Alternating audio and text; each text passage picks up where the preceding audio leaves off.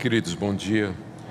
Nós estamos hoje em classe única de escola dominical e sempre é uma combinação de uma exposição bíblica com estudo.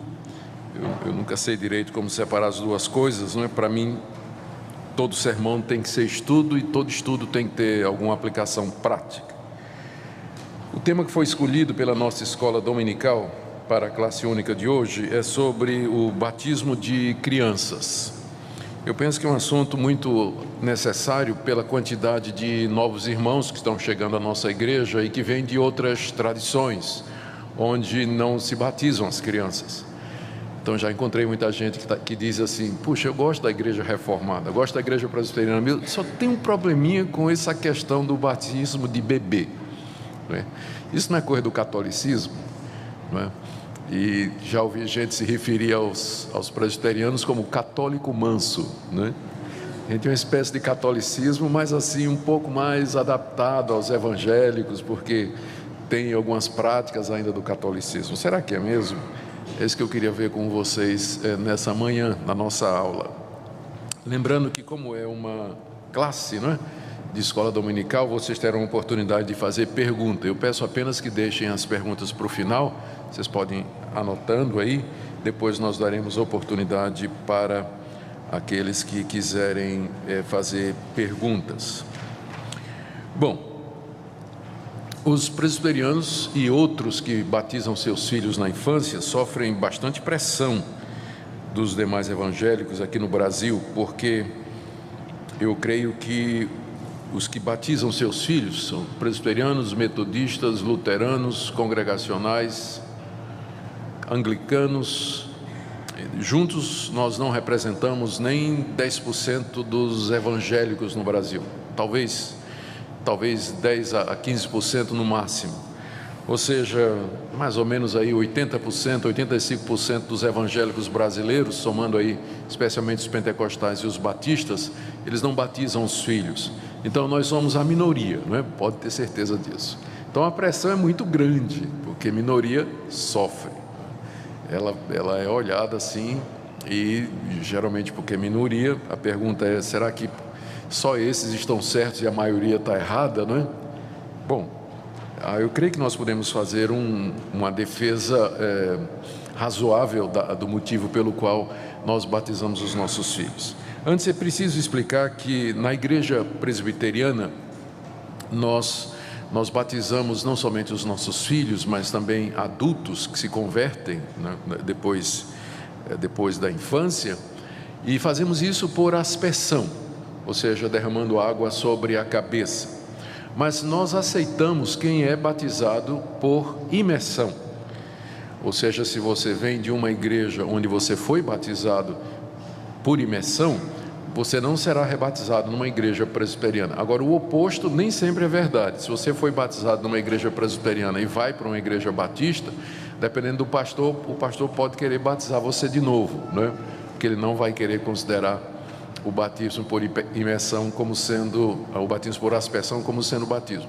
Eu, quando estou conversando com um amigo batista ou pentecostal sobre essa questão do batismo, eu gosto de brincar com ele fazendo a seguinte pergunta: tá, tem um tanque, nós vamos batizar uma pessoa. Se eu empurrar a pessoa e a água ficar até o ombro, está batizado? Não, não está não. Tá bom. Se eu empurrar mais um pouquinho e ficar até o queixo, está batizado? Não está batizado não.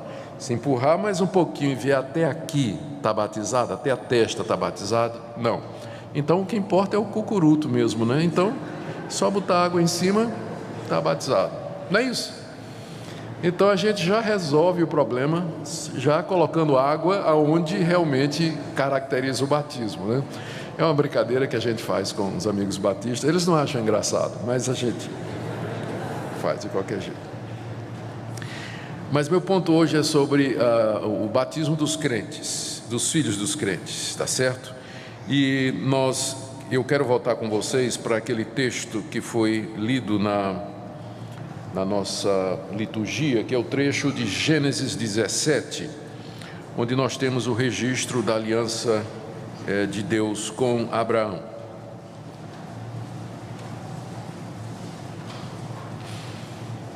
Nós já lemos o texto, Gênesis 17, de 1 a 14.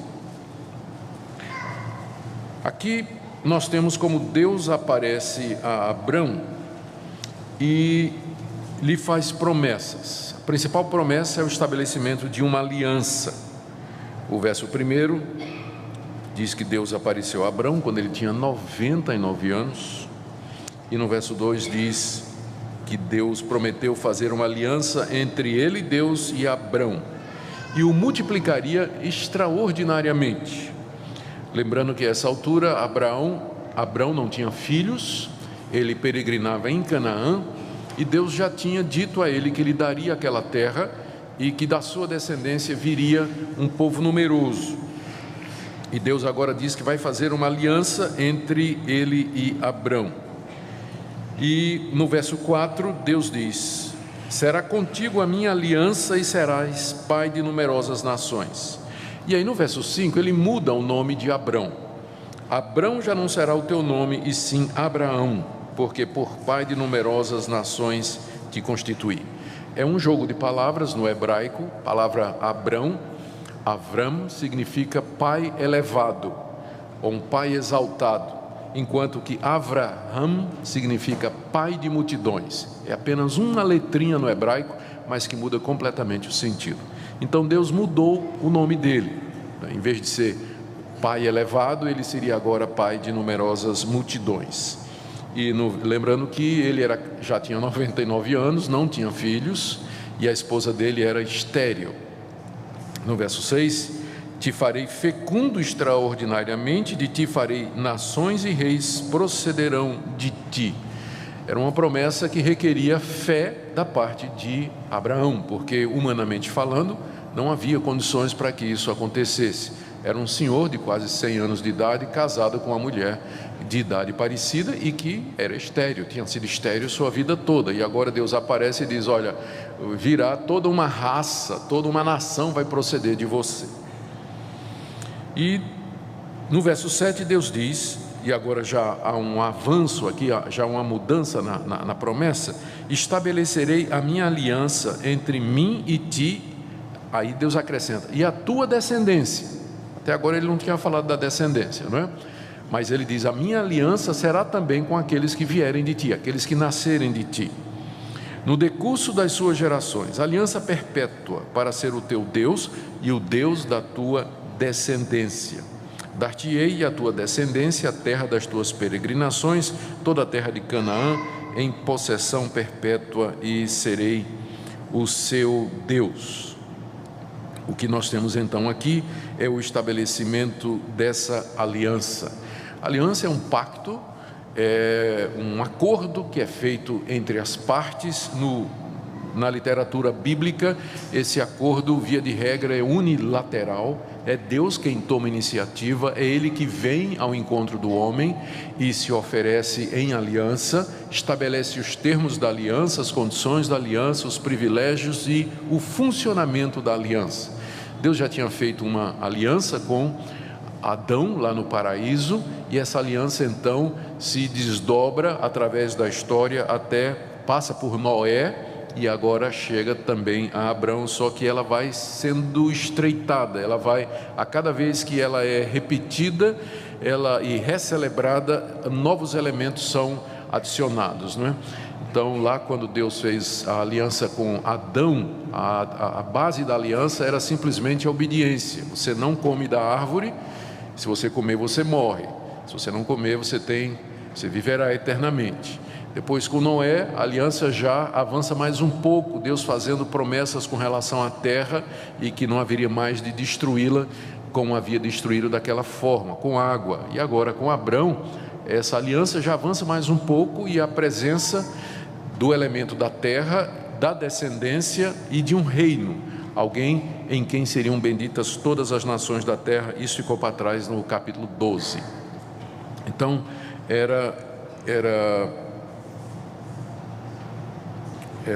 interessante, era importante que a gente notasse isso. Só corrigindo um detalhe aqui: a essa altura o Ismael já tinha nascido, era filho de Abrão, mas só que não era da esposa legítima, não é? Era da escrava Agar. Bom, no verso 9 em diante, nós temos o estabelecimento de um selo ou de um sinal da aliança. Isso era muito comum e ainda hoje é comum. Hoje, o casamento é um contrato, é uma aliança, é um pacto que nós fazemos. E a aliança, ela é o símbolo do casamento. Ela representa externamente aquela aliança que foi celebrada entre duas pessoas. No Antigo Oriente, as alianças eram celebradas de diversas maneiras. Aqui no capítulo 15, se a gente quisesse voltar atrás, quando Deus também falou da aliança a Abrão, Ele mandou que Abrão matasse alguns animais e fizesse um corredor com a parte dos animais. Uma parte dos animais ficaria à direita, uma parte dos animais ficaria à esquerda, e Deus passou pelo meio dos animais. É interessante porque a palavra aliança em hebraico, berit, significa cortar. Então eles celebravam a aliança. Por quê? Porque a aliança era celebrada cortando os animais no meio, e as duas partes que faziam a aliança passavam entre os animais. Então, no capítulo 15, você vê como Deus passa pelo meio dos animais que Abraão cortou através de uma coluna de fogo, não é? E agora Deus vem dizer a Abrão que essa aliança que eles celebraram, ela vai ter um selo externo, ela vai ter um símbolo. E aqui ele estabelece o que seria esse símbolo, que era a circuncisão, a partir do verso 9. Disse Deus a Abraão: guardarás a minha aliança, tu e a tua descendência, no decurso das suas gerações. Esta é a aliança que guardareis entre mim, vós e a tua descendência. Todo macho entre vós será circuncidado. Circuncidareis a carne do vosso prepúcio. Será isso por sinal de aliança entre mim e vós. Fica complicado explicar o que é a circuncisão para quem não sabe, né? Mas o mais parecido hoje é a operação de fimose, que é feita em crianças. Quando elas nascem, então a pele do prepúcio, do membro masculino, é removido por questões de higiene e tudo mais. Esse tipo de cirurgia era conhecida no Antigo Oriente. Os egípcios praticavam isso, mas eles praticavam por outros motivos. Mas agora Deus está dizendo que todos os filhos de Abraão, inclusive o próprio Abraão, tinha que fazer aquela operação, que era chamada de circuncisão, que era a remoção da carne do prepúcio, da pele do membro masculino. E isso seria o sinal o símbolo daquela aliança entre Deus e o povo judeu. A gente pergunta qual era a diferença da circuncisão então para os judeus e os egípcios. É que não tinha entre os egípcios qualquer conotação religiosa, mas no judeu a razão principal não era saúde ou higiene, mas era o sinal do símbolo, era o sinal da aliança entre Deus e Abrão. E aí vem a pergunta: mas por que isso? Não podia ser um X na testa, por exemplo? Por que tinha que ser aquilo? Então, primeiro, por causa da palavra aliança, não é? Que significa cortar. E segundo, porque mais adiante vai ser explicado lá no livro de Deuteronômio, a remoção daquela carne, daquela pele, representava a remoção da pele que cobre o coração duro. Tanto é que Moisés, muito tempo depois, vai dizer: circuncidem o coração de vocês. É isso que Deus quer. A circuncisão é um símbolo da remoção da dureza do coração, para que vocês possam se humilhar diante de Deus e quebrar o seu coração. Essa é a simbologia, alguns outros querem já entender com isso que a circuncisão era necessária já para dizer, já que Deus é o Deus nosso e da nossa descendência, então a marca dele já está sobre o membro masculino, através do qual essa descendência ela vai ser gerada, ou por meio de quem essa descendência vai ser gerada. Ou seja, Deus já assume controle antes da concepção. Todos os nossos filhos são de Deus. Alguns teólogos querem ver isso aí. Eu acho um sentido um pouco longe. Eu acho mais fácil pensar, eu gosto de pensar nos sentidos que a Bíblia dá. A ideia de cortar, e cortar aquilo que impede que nós sejamos de Deus, a remoção da dureza do nosso coração. Tanto é que muito tempo depois, quando Paulo se refere ao que é o verdadeiro judeu, se você quiser abrir comigo aí a Bíblia em Romanos capítulo 2. Muito tempo depois, Paulo explicando o que é o verdadeiro judeu, ele diz: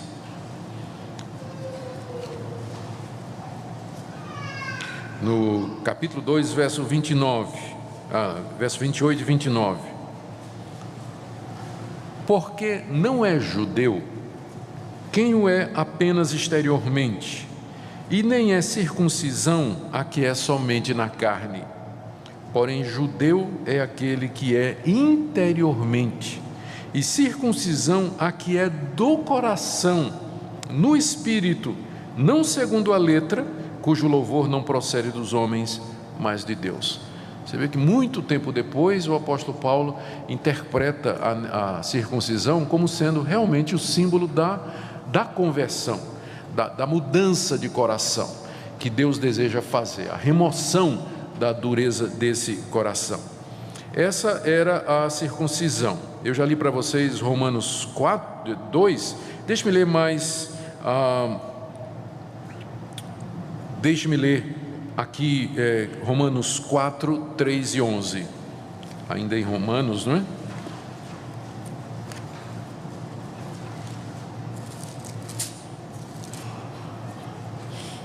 Romanos 4,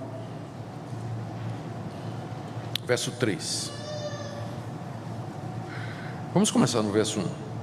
Ora, que diremos ter alcançado Abraão, nosso pai, segundo a carne? Porque se Abraão foi justificado por obras, ele tem de que se gloriar, porém não diante de Deus.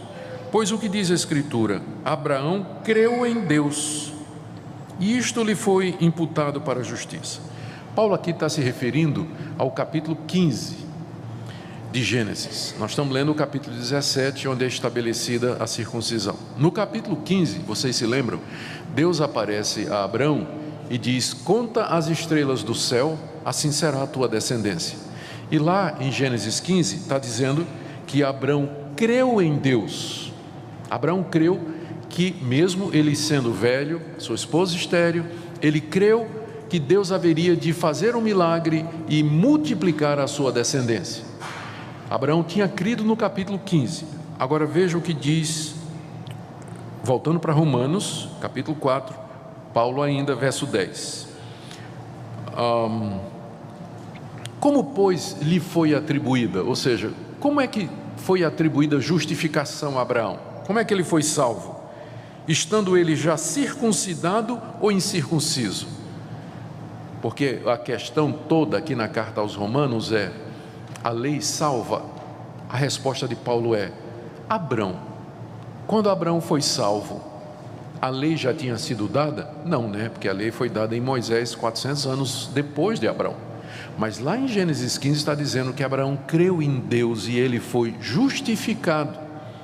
Paulo está perguntando: como é que Abraão foi justificado? Antes da lei ou depois da lei? Com a circuncisão ou antes da circuncisão? Abraão nem era circuncidado ainda, não é? Foi em Gênesis 15.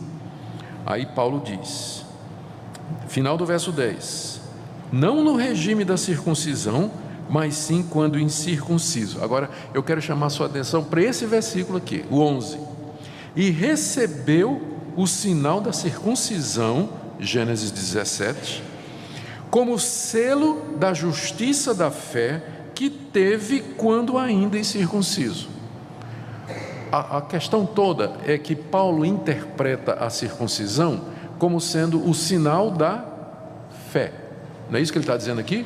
A circuncisão é o selo da justiça da fé. Abraão foi justificado pela fé e a circuncisão era o selo disso. Então, estamos claros nesse ponto, não é? Deus fez uma aliança com o seu povo, fez com Abraão e sua descendência e disse: você tem que circuncidar a você mesmo todos os homens da sua casa, até aquele que tem 8 dias. Só que a circuncisão era o símbolo da conversão, era o símbolo da fé, era o símbolo da mudança de coração. Volta lá para Gênesis 17. Eu devia ter pedido para vocês deixarem um marcador aí, né? Em Gênesis 17. Estamos no verso 11. Veja o que diz o verso 12. O que tem 8 dias será circuncidado entre vós, todo macho nas vossas gerações, tanto o escravo nascido em casa, como o comprado a qualquer estrangeiro que não for da sua estirpe, com efeito será circuncidado. E aí ele vai dizer: o que nascer na tua casa, o que for teu filho, o que for nascido dos escravos, o que for, quem for, esse vai ter que ser circuncidado. O que eu quero dizer aqui é que a circuncisão, que era o selo da aliança entre Deus e Abrão, ela foi aplicada aos meninos de 8 dias, embora fosse o símbolo da fé. A pergunta é: menino de 8 dias tem fé? Não, né? A fé é todo um processo de compreensão, de entendimento, de arrependimento, de conversão. Mas uma criança de 8 dias, ela não tem fé. Assim mesmo, ela era circuncidada, ela recebia o selo da aliança, ainda que esse selo tivesse ou simbolizasse a justiça pela fé, que faz parte da aliança que Deus tem para conosco. Bom, aqui no verso 23 do capítulo 17, está dizendo que que Abraão tomou seu filho Isaque, todos os escravos nascidos em sua casa, todos os comprados por dinheiro, todo macho de entre a sua casa, circuncidou a carne do prepúcio de cada um, naquele mesmo dia. Abraão tinha 99 anos quando foi circuncidado, Ismael, seu filho, tinha 13, e a partir daí, todo bebê de 8 dias, quando fazia 8 dias, ele era circuncidado. Todo macho da descendência de Abraão tinha que ser circuncidado. Mais tarde, quando nasce realmente o herdeiro, Gênesis 21, verso 4, Abraão circuncidou seu filho Isaque quando este era de 8 dias, segundo Deus lhe havia ordenado. Então, a partir daí vem esse costume, não é? Então, a circuncisão foi aplicada aos recém-nascidos. Cedo na descendência de Abraão, então, entre os judeus, as crianças eram reconhecidas como parte do povo de Deus. Elas eram incluídas no povo de Deus. Lá em Hebreus, capítulo 9, de 19 a 20, se vocês quiserem abrir comigo aí a Bíblia, carta aos Hebreus.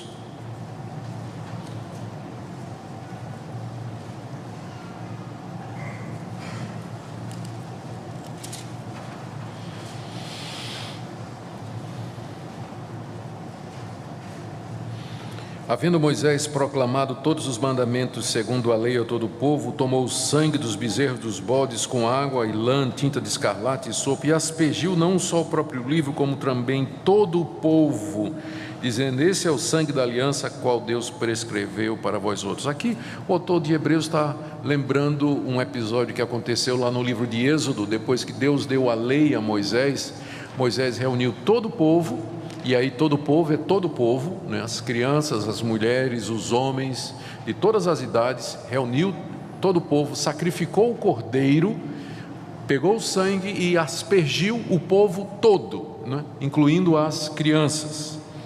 Lá em 1 Coríntios, capítulo 10, de 1 a 4, nós lemos que Paulo está dizendo que todo o povo de Israel foi batizado tanto em Moisés quanto no mar. É bom dar uma lida nesse texto. Vai lá para 1 Coríntios, por favor, capítulo 10. Ora, irmãos, não quero que ignoreis que os nossos pais estiveram todos sob a nuvem, todos passaram pelo mar, tendo sido todos batizados, assim na nuvem como no mar, com respeito a Moisés. Está se referindo à passagem do povo de Deus pelo Mar Vermelho quando saiu do Egito. Homens, mulheres e crianças, e Paulo está dizendo que todos eles foram batizados na nuvem e no mar. Todo o povo estava incluído naquele batismo, não é? Por assim dizer, foram todos batizados. Então, era normal que as crianças fossem incluídas no povo durante a antiga aliança. As crianças participavam dos festivais, elas estavam presentes. Quando chegava uma idade em que elas podiam compreender, elas comiam a Páscoa. Lá em Êxodo está dizendo assim: quando teu filho disser na hora de comer aquele cordeiro da Páscoa, né? O que é isso, né? Qual o significado disso? Então o pai explicava e a criança já poderia começar a comer da Páscoa, mostrava que tinha entendimento e significado. E então ela era envolvida, a criançada toda participava da vida religiosa do povo de Israel. Recebia circuncisão, participava das assembleias, estava ali ia ao templo juntamente com seus pais. Aos 12 anos fazia profissão de fé, não é? Aos 12 anos, como Jesus era apresentado oficialmente no templo aos sacerdotes, como sendo um judeu já adulto que podia compreender a lei. Ou seja, as crianças com certeza faziam parte da vida do povo de Deus no Antigo Testamento. Então esse é meu primeiro ponto, é a doutrina da aliança. Eu quero dizer o seguinte: se você não entender a doutrina da aliança, você não vai entender por que nós batizamos os nossos filhos, porque a correspondência é essa. O batismo para nós é a mesma coisa da circuncisão no Antigo Testamento. Se no Antigo Testamento as crianças de 8 dias podiam ser circuncidadas, mesmo porque a circuncisão, ainda que a circuncisão fosse o selo da fé, então no Novo Testamento, já que o batismo substitui a circuncisão, os nossos filhos também estão incluídos, de 8 dias para frente. Então, se você não entender isso, então não vai fazer sentido. Eu entendo que você vai dizer, mas como vai batizar um menino de 8 dias se Jesus diz, quem crê e for batizado? Eu vou chegar naquele versículo. Tá na minha lista aqui, nós vamos lá. Mas se você primeiro tem que entender essa doutrina, que é a doutrina da aliança, que Deus tem uma aliança. E agora vem o segundo ponto que eu quero que você entenda, é que a igreja, ela é a continuação de Israel. E pode ser que aqui a briga seja maior, porque eu sei que no meio evangélico tem muita gente que faz a diferença, dizendo que Israel é povo de Deus, igreja é povo de Deus, que Deus tem 2 povos, e que tem muita coisa, aquela aliança que Deus fez com Israel é com Israel, e que a igreja aparece como uma espécie de plano B. Os judeus rejeitaram a Jesus, que era o Messias, e Deus aparece com o plano B, a igreja vem no lugar, mas a Israel continua sendo o povo de Deus, com quem Deus tem uma aliança e tudo mais. Então, se você pensa assim, então não vai valer para você o argumento de que o batismo equivale à circuncisão, porque circuncisão é para Israel, o batismo é para a igreja. Mas se você entender que a igreja é a continuação de Israel, e que Deus só tem um povo, só tem uma aliança, então vai ficar claro para você. Esse é o ponto que eu quero demonstrar agora, que no Novo Testamento, o que nós lemos é que a igreja é a continuação espiritual de Israel. Esse pacto que Deus fez com Abraão e com a descendência dele, ele continua em todos aqueles que têm a mesma fé que Abraão teve. Eu quero ler algumas passagens da Bíblia para demonstrar isso para vocês. A primeira seria lá no Evangelho de Mateus, quando Jesus diz claramente aos judeus que, como povo físico, como povo civil, como nação, eles já não seriam mais os detentores da aliança.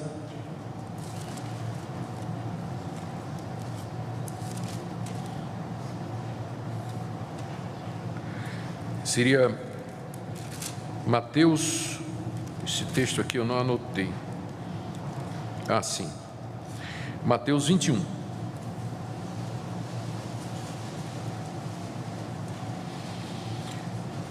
Mateus 21, do verso 38. Presta atenção se você tem dúvidas sobre essa questão de se Israel, a relação de Israel e da igreja. Jesus falando com os fariseus e disse o seguinte, Mateus 21, de 33 em diante.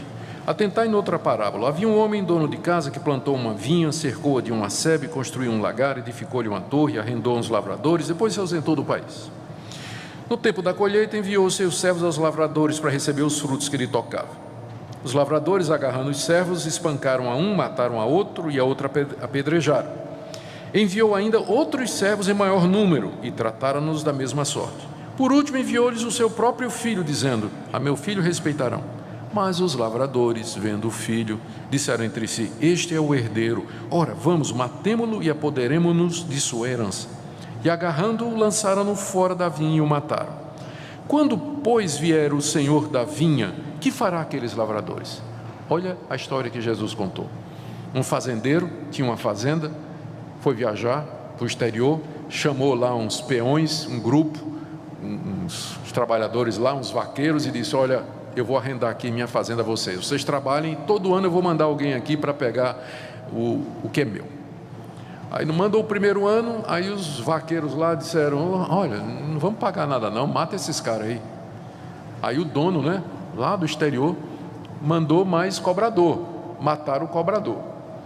Aí o dono disse: sabe uma coisa, eu vou mandar meu filho. E eles vendo meu filho, eles vão me respeitar. Aí o filho chegou e os arrendatários mataram o filho do mesmo jeito, dizendo: agora a herança é nossa, porque nós vamos fazer o uso capião, né? Já estamos aqui, não tem herdeiro, a propriedade agora é nossa. Aí Jesus pergunta: o que é que o dono da fazenda vai fazer? Pensando no contexto daquela época. Vocês já sabem o que Jesus está dizendo aqui, né? A fazenda é o reino de Deus. O fazendeiro é Deus. O filho do fazendeiro é Jesus Cristo. Os cobradores eram os profetas. E os arrendatários eram o povo judeu. É como se Jesus dissesse: vocês nunca deram fruto. O meu pai, que é o dono do reino, mandou os profetas, vocês mataram os profetas. Finalmente ele me mandou e vocês vão me matar. Vocês não estão dando fruto. Vocês, como nação, sempre mataram os profetas, rejeitaram a aliança, o acordo que foi feito com vocês. Aí Jesus pergunta: o que é que fará o dono da vinha, aqueles lavradores? Veja o verso 41. Os fariseus foram obrigados a dizer: fará perecer horrivelmente a estes malvados e arrendará a vinha a outros lavradores que lhe remetam os frutos nos seus devidos tempos. Aí Jesus perguntou-lhes: nunca leste nas Escrituras? A pedra que os construtores rejeitaram, esta veio a ser a principal pedra angular. Isso procede do Senhor e é maravilhoso aos nossos olhos. Jesus disse: é isso mesmo que vai acontecer. Vocês nunca leram na Bíblia que aquela pedra que os construtores rejeitaram, ela se tornou a pedra fundamental do edifício? Jesus está falando dele. Ele é a pedra fundamental que os judeus rejeitaram, mas que ia se tornar a pedra em cima da qual a igreja dele seria edificada. Agora veja o verso 43. Portanto vos digo que o reino de Deus vos será tirado e será entregue a um povo que lhe produza os respectivos frutos. Jesus disse aos judeus: o reino de Deus vai ser tirado de vocês e vai ser dado a um povo que produz os frutos. Quem é esse povo? A igreja. Então o reino de Deus não está mais na nação de Israel. A nação de Israel no Antigo Testamento era o reino de Deus, era o povo de Deus com quem Deus tinha uma aliança. Mataram os profetas, rejeitaram finalmente Jesus Cristo. Deus finalmente disse: tudo bem, o reino agora será entregue a um povo que produz os seus frutos. Que povo é esse? Vocês, nós, que temos a mesma fé de Abraão, que andamos nas pegadas de Abraão, que somos os descendentes espirituais de Abraão. É o mesmo povo, é a mesma descendência, porque na verdade até mesmo no Antigo Testamento não era todo judeu que era judeu. No Antigo Testamento você tinha os judeus, mas dentro deles vocês tinham os verdadeiros judeus, que temiam a Deus, esperavam o Messias, queriam andar nos caminhos de Deus, e você tinha os que não eram, só era circuncidado, mas de fato não era. Então isso na Bíblia é chamado remanescente fiel, que continua na igreja. E quando eu falo igreja, é todo aquele que verdadeiramente crê no Filho de Abraão, Jesus Cristo, e tem a mesma fé que Abraão teve. Então essa é a doutrina da aliança, do pacto, que continua na igreja. Deixe-me ler algumas passagens no Novo Testamento para que vocês acompanhem o que eu estou dizendo. Lá em Gálatas, eu já li Romanos, onde Paulo explica quem é o verdadeiro judeu, né? Em Gálatas capítulo 3, verso 7, versos 6 e 7, Paulo diz assim: é o caso de Abraão, que creu em Deus e isto lhe foi imputado para a justiça. Ele está citando Gênesis 15. Sabei, pois, que os da fé é que são filhos de Abraão. Quem são os filhos de Abraão? São os que creem como Abraão creu. É a descendência espiritual de Abraão. É a descendência espiritual de Abraão. Agora, o verso 29 do capítulo 3 aí, de Gálatas. No verso 28, começando. Desta forma não pode haver judeu, nem grego, nem escravo, nem liberto, nem homem, nem mulher, porque todos vós sois um em Cristo Jesus. E se sois de Cristo, também sois descendentes de Abraão. Então, se você é de Cristo, você é um legítimo descendente de Abraão. Então, na verdade, o cristão é um judeu consumado. O cristão é o judeu na sua plenitude. Se você é de Cristo, você é descendente de Abraão. E o que mais? E herdeiro segundo a promessa. Lembra aquelas promessas que foi feita? De herdar o mundo? Então, nós somos herdeiros das promessas que Deus fez a Abraão. Eu sei que tem muita gente que, porque ouviu isso, foi educado nisso, pensa sempre em Israel, até hoje, como sendo o povo de Deus, e tudo mais. Mas, biblicamente falando, Deus já encerrou o seu tratamento com Israel, desde a crucificação de Jesus Cristo e o dia de Pentecostes. As coisas que acontecem na nação de Israel hoje, pelo menos essa é a interpretação, ou essa é a visão mais comum dentro da igreja reformada. O que acontece com a nação de Israel hoje deve ser visto como sendo, da mesma maneira que a gente vê a relação entre todos os povos, tratado internacional, tratado de justiça, quem é que tem direito à terra, quem não tem. Se o árabe está certo, eu vou dizer que ele está certo. Eu não vou dizer que Israel está certo só por conta de que um dia no Antigo Testamento foi o povo escolhido de Deus. Se ele está errado, ele está errado, não é?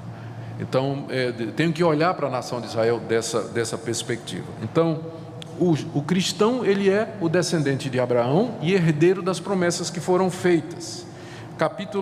Ainda em Gálatas, capítulo 6, verso 16.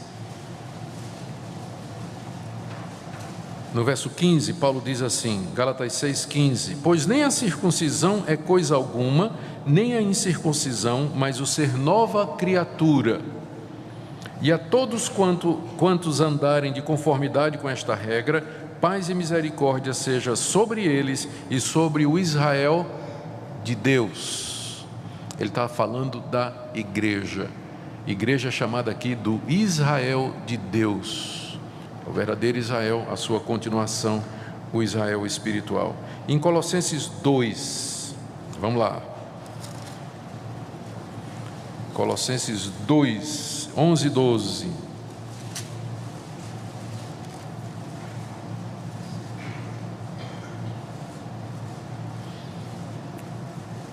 Vou começar no verso 8, não é sempre bom ler o contexto. Cuidado que ninguém vos venha a enredar com sua filosofia e vãs sutilezas, conforme a tradição dos homens, conforme os rudimentos do mundo e não segundo Cristo, porquanto nele habita corporalmente toda a plenitude da divindade.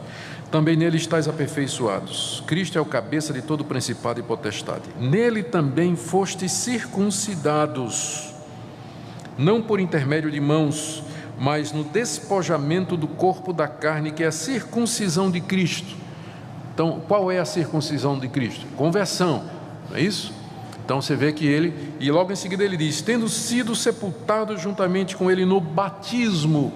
Você vê a relação que Paulo está fazendo entre a circuncisão e o batismo, chamando ou então dizendo que o batismo de Cristo é de fato um batismo, a circuncisão de Cristo é a circuncisão do coração, o despojamento do corpo da carne.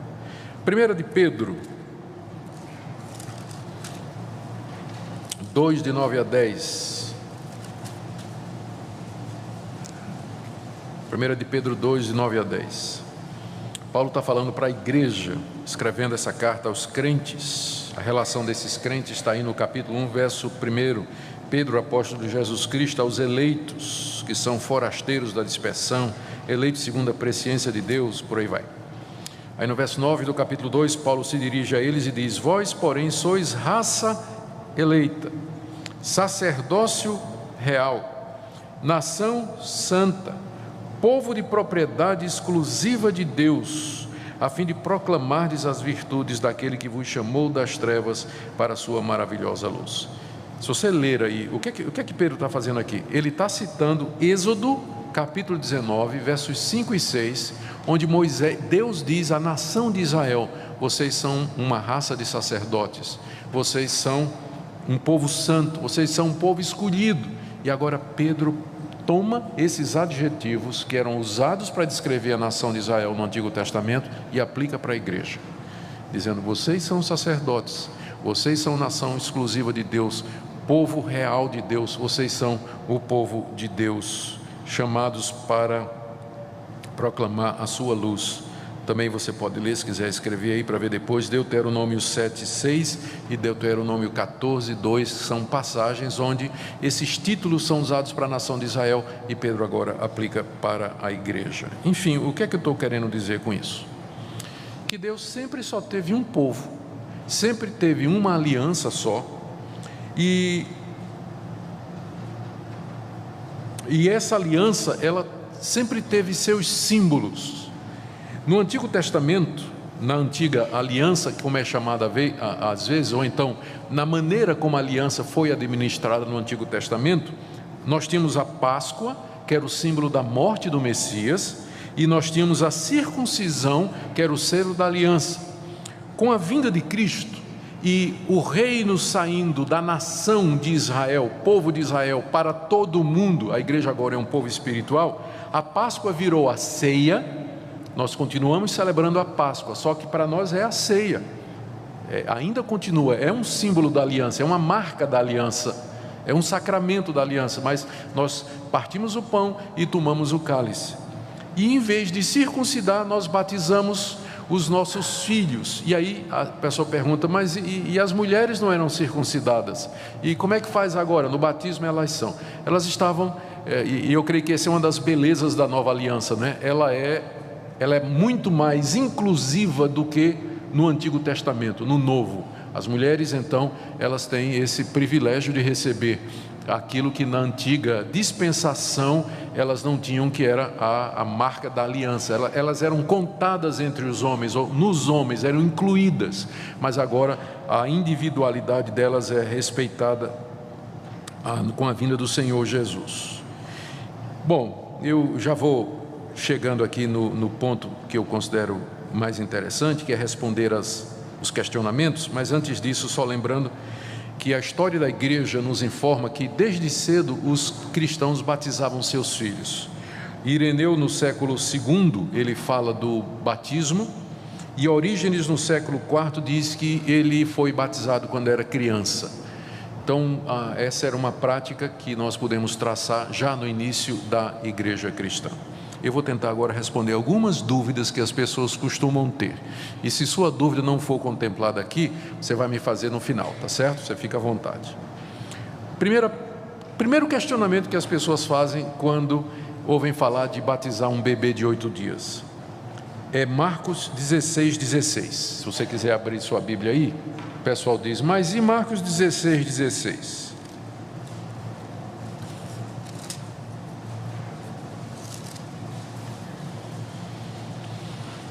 Começar no verso 15, Marcos 16, 15 e 16. E disse Jesus: ide por todo o mundo, pregai o evangelho a toda criatura. Quem crer e for batizado será salvo, quem porém não crer será condenado.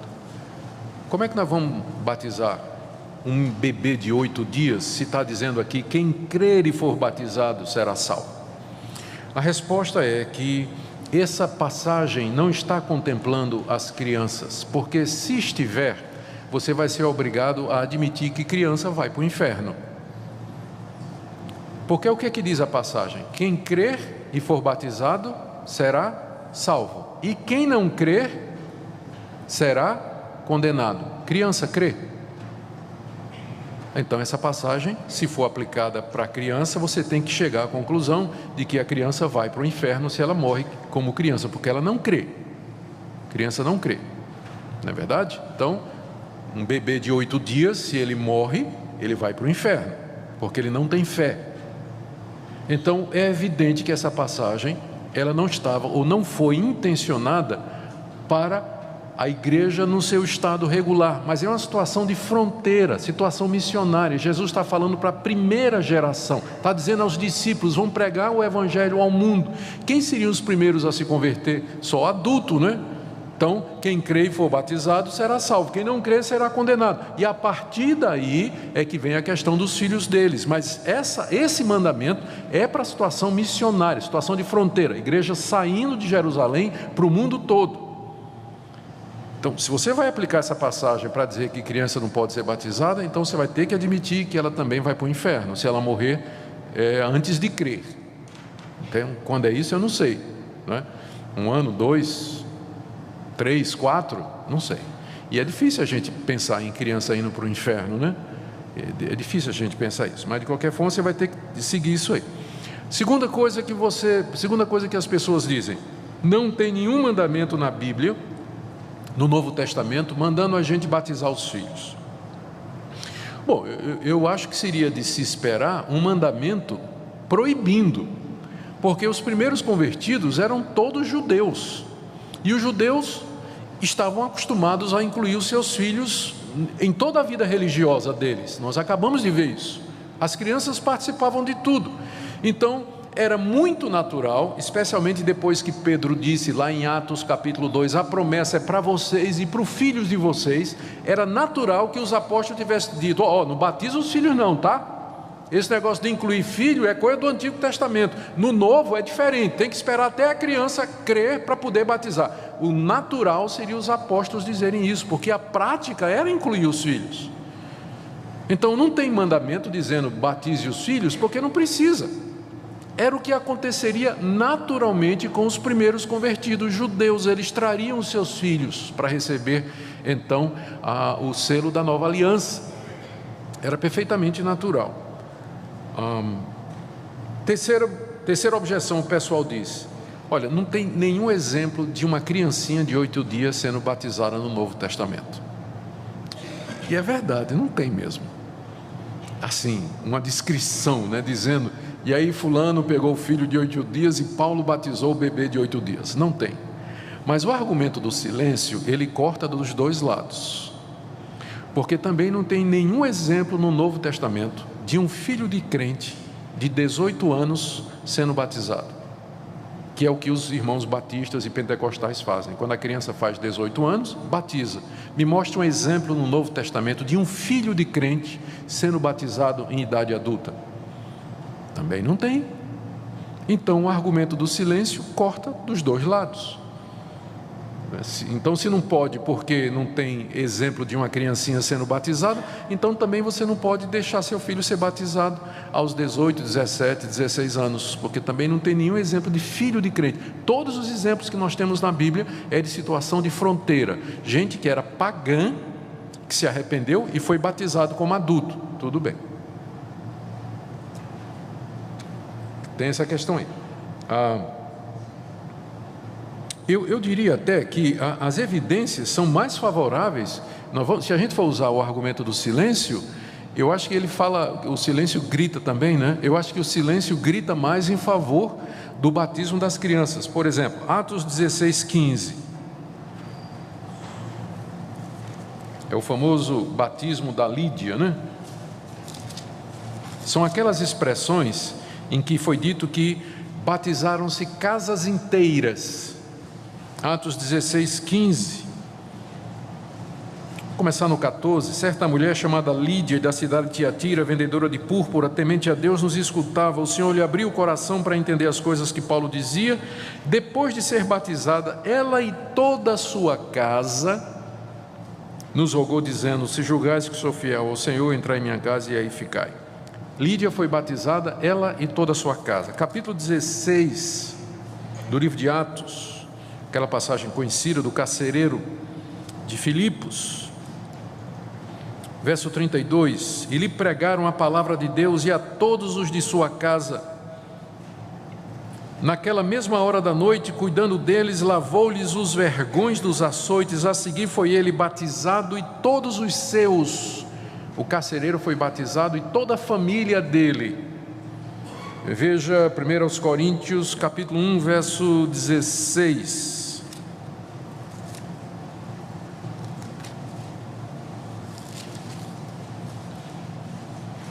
Paulo, escrevendo aos Coríntios, diz: batizei também a casa de Estéfanas. Além destes, não me lembro se batizei algum outro. Paulo dizendo: eu batizei a casa de Estéfanes. Então, a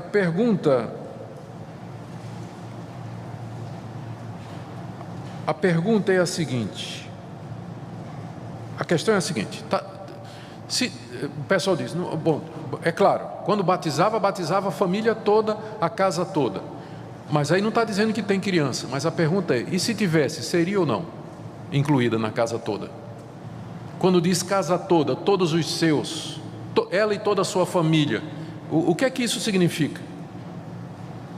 Talvez se não fosse para a criança, o que deveria dizer, com exceção das crianças. Mas essas passagens parecem indicar que quando a pessoa se convertia, vinha a filharada toda, era batizado ele e a família toda. Era a família toda. E lembre que naquele tempo o pessoal não só tinha 1 ou 2 filhos, né? Era uma reca toda, né? Era uma trupe completa, dava para abrir uma congregação, né?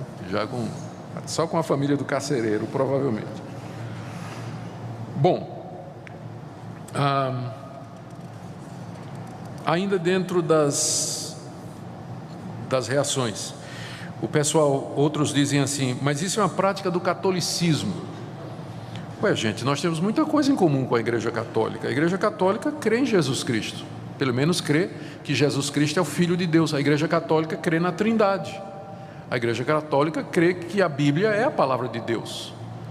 Então, se eu não posso fazer uma coisa porque a Igreja Católica faz, eu vou ter que negar a Trindade, vou ter que rejeitar que a Bíblia é a palavra de Deus, vou ter que rejeitar a doutrina da encarnação e uma série de outras coisas, porque a Igreja Católica acredita nisso.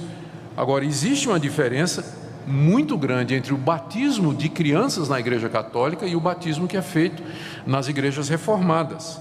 Na Igreja Católica, o batismo das crianças regenera, tira o pecado original da criança. Por isso que eles têm medo da criança morrer sem ser batizada, porque ela morre pagã e vai para o limbus infantus. É uma espécie de purgatório para as crianças, se ela morre sem ser batizada. Para nós, o batismo não salva nossos filhos, ele é símbolo da aliança, só. Nossos filhos vão ter que se arrepender e crer depois, para serem salvos. Eles não vão ser salvos porque foram batizados na infância. Nós não cremos em regeneração infantil através do batismo. Não é assim. Então a diferença é entre dois mundos completamente diferentes. É totalmente outro o conceito de batismo na Igreja Católica e na Igreja Reformada. Na Igreja Reformada é apenas um sinal de que elas estão no pacto. Na Igreja Católica é sinal de que elas tiveram o pecado original removido. É sinal de regeneração, mas não para nós. Uma outra acusação que é feita é que se você batiza a criança, isso induz a uma falsa certeza de salvação e acomodação. O menino vai crescer na igreja pensando, eu já fui batizado, eu sou de Deus, eu pertenço a Cristo. Isso vai evitar que ele se converta, vai evitar que ele se analise e que ele perceba a necessidade que ele tem de salvação. Mas filhos de não batizados também se incomodam. Será que é só presbiteriano que tem filho acomodado? Vá na igreja batista, vá na igreja pentecostal. Crianças que não foram batizadas quando pequenas, adolescentes, também não estão nem aí, né? Eu sei, eu prego muito em igrejas, outras igrejas, e é a mesma coisa. Se foi batizado ou não, não faz a menor diferença nesse sentido do jovem, do adolescente. Ele não vai se sentir mais seguro porque foi batizado ou deixou de ser batizado. Esse fenômeno acontece em todo lugar. Mas você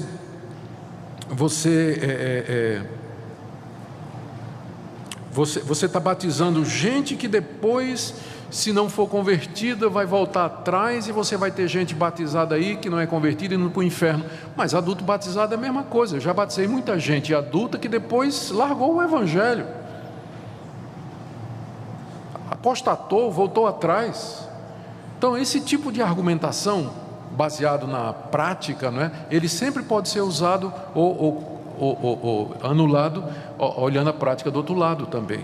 O que a gente tem que ficar é com a Escritura e pelo que a Bíblia nos ensina a partir da doutrina da aliança, e a igreja como sendo a continuação de Abraão a sua descendência espiritual, a doutrina de que a aliança tem os seus selos, a continuidade da aliança, então é que nós entendemos que os nossos filhos, eles devem ser incluídos no pacto. Não significa que eles são salvos. Eu quero terminar com algumas implicações. O que é que isso nos ensina? Primeiro, temos que lembrar que os pais, quer sejam presbiterianos, batistas ou pentecostais, eles querem a mesma coisa para os filhos. Eles querem que os filhos estejam na igreja, eles ouçam a palavra de Deus. Nós queremos oferecer os nossos filhos a Deus, consagrá-los a Deus. A diferença é que nós presbiterianos entendemos que isso se faz pelo batismo. Os nossos irmãos batistas vão apresentar a criança a Deus, não é? Com 8 dias, não sei quanto tempo, eles apresentam seus filhos a Deus. Os pentecostais fazem, mas no fim todos nós queremos isso, que os nossos filhos andem nos caminhos de Deus. Isso é uma responsabilidade muito grande para nós, para os pais crentes, ainda que só um dos cônjuges, um dos pais seja crente, porque quando nós batizamos os nossos filhos, nós fazemos promessas, nós assumimos responsabilidades, e nós devemos nos desincumbir delas. Quando batizamos os filhos, nós prometemos que vamos ensinar a criança no caminho de Deus, vamos orar com ela, por ela, vamos dar exemplo, vamos incentivá-la a ler a Bíblia e assim por diante. Então isso é coisa muito séria para nós. Segunda coisa, eu sei que tem aqui muitos jovens e adolescentes que foram batizados na infância. Que privilégio, não é? Para você. Eu também fui batizado na infância. Meus pais me apresentaram ao batismo muito cedo e eu batizei meus quatro filhos. Que privilégio para nós. Aproveita a oportunidade. Você está incluído na aliança, no povo de Deus. Privilégios que outros não têm. Você está crescendo ouvindo a palavra de Deus. Não jogue fora essa oportunidade que Deus lhe deu. Mas obedeça aquilo que você foi ensinado e creia nas promessas que foram feitas. E à medida que você cresce e se confirma nisso, procure fazer a sua pública profissão de fé, porque você não vai ser salvo por meio da fé dos seus pais. E a última coisa que eu queria dizer para você: não tenha inveja de quem teve uma conversão dramática. Filho de crente, né, foi batizado na infância, passou a vida toda na igreja, como a minha esposa, por exemplo. Ela não teve uma experiência dramática de conversão, como outras pessoas que eram pagãs, não sabia de nada, de repente tiveram uma experiência com Cristo e uma mudança súbita na sua vida. Às vezes os filhos dos crentes estão na igreja e ficam perguntando: mas será que eu sou crente mesmo? Será que eu sou de Deus? A minha vida toda eu tive aqui, não sei nem como é que é a grama do outro lado, parece sempre mais verde, né? Vontade de pular cerca e ver como é o outro lado. Aí fica olhando assim, dizendo: puxa, eu tenho inveja daquelas pessoas que tiveram aquelas experiências de conversão tão dramáticas e tudo, né? Elas experimentaram alguma coisa, mas minha vida toda é isso mesmo. Não tenho inveja não. Eu fui uma dessas pessoas que estive no mundo, mesmo quando fui batizado, quando criança, depois eu fui para o mundo. Tive uma experiência muito ruim no mundo, vivendo no pecado. Me converti aos 22 anos de idade. E eu não recomendo a você isso. Eu recomendo a você que você continue na igreja, não saia, fique firme, porque o pecado deixa cicatrizes. Vai fazer 40 anos da minha conversão, e eu ainda hoje tenho no meu cérebro gravado imagens da minha vida imoral, que não foram embora, e eu tenho que lidar com isso.